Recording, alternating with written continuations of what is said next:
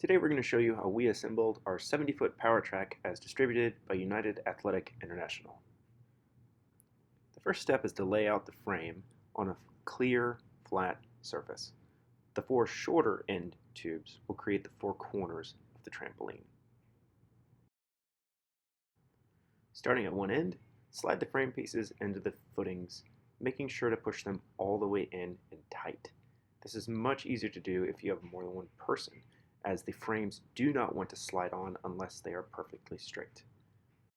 The frames can also start to tilt downwards. Before applying the springs, make sure you go back and straighten all these so they're parallel to the ground. Once your frame's all set up, it's now time to lay out the bed and get ready to spring it. You'll immediately notice the unique end spring rings on the bed. It also has the traditional side rings that will attach to the frame. Spread the bed out and make sure to note that the side with the extra strap goes down. Now you'll need to do your four corners of the trampoline bed first, but if you're not careful, you'll make a big mistake like we did and have to respring the entire bed.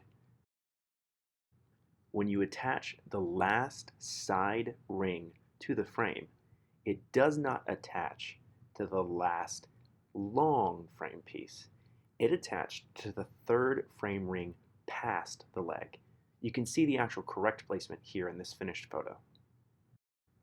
Knowing that it goes to the third ring on the short end caps, make sure that you then go in a diagonal to the other side of the bed and pulling it again to the third ring on the short. Then go to the other side, pull it across, and then go finally back to the other corner, stringing the four corners of the bed first. While some of the springs that come are obviously unusable due to manufacturing defects, some of them aren't at first glance. The hook ends of the spring always have to both face down, so if they're at 90-degree angles to each other, this won't work and can pose a big safety hazard. Don't use those springs. Now go to the middle of your frame. For us, this was a 35-foot mark. You're going to start springing the bed from this point towards the ends. Always make sure that you're alternating side to side as you do the springs. If you do one side in entirety, it's going to be almost impossible to spring the other side. Now here was our second mistake. We needed to find the average number of bed rings to the average number of frame rings. For us, this was 13.5 bed rings per side rail. When we first started springing the bed itself, we were doing about 15 tramp bed rings to the side rails. This, compounded with the fact that we didn't set the corners correctly, meant that the tramp was bubbling, which you can very clearly see in this image. We thought that if we finished springing it, the bubbles would go away, but they didn't. We had to completely redo the entire tramp. It was this point that we realized that we really had screwed up, and so we went back and we fixed the corners. But even then, that still wasn't enough to get rid of all of the bubbling on the tramp, because we hadn't done the same number of bed springs to side rails across the entire bed. Once we went back and got an average, the bed smoothed itself out and we were able to start adding in the second springs.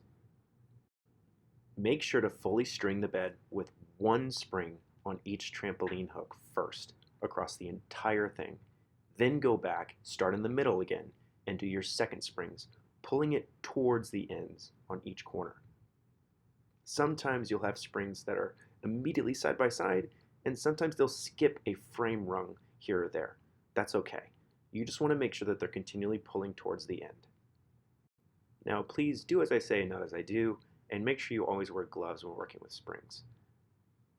When you want to apply the springs, make sure that you're both pulling the ring on one with another spring or the spring tool, and then as you push it towards, tilt that spring back with your thumb to make it attach better. This is the most efficient way to get it sprung, and hopefully not hurt yourself.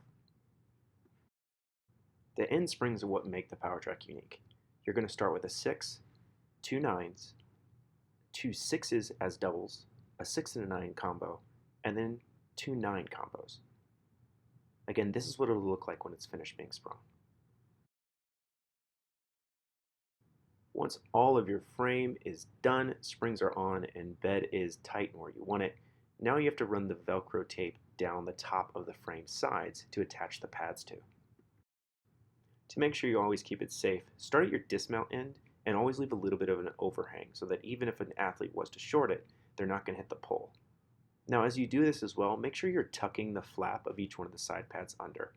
If you don't do that, it'll leave a gap that not only could be a safety issue, but it also means that your pads won't actually fit the trampoline correctly and you have a lot of extra. The pad process is pretty self-explanatory if you've ever done this before, same as most other tumble tracks. Go all the way down through, apply it, and make sure you're getting rid of the extra wrinkles. Once that's done, your PowerTrac is assembled. The only thing left is to put in proper matting and safety equipment. Now, note that the PowerTrac is 24 inches tall, so traditional resi pits from other tumble tracks will not fit and could leave a gap that would be in danger with landings, so make sure your matting is appropriate. Also note that the special corner springs will tear holes in the mats that you put underneath them, so adding some sort of towel or rubber there will help extend the life of your mat covers. It took us about 6 hours to get our PowerTrac assembled, but that was with us messing up and having to redo most of it. Our athletes absolutely love it, and it allows us to train multiple series of back handsprings and whips without the risk of injury that would be present on a rod floor.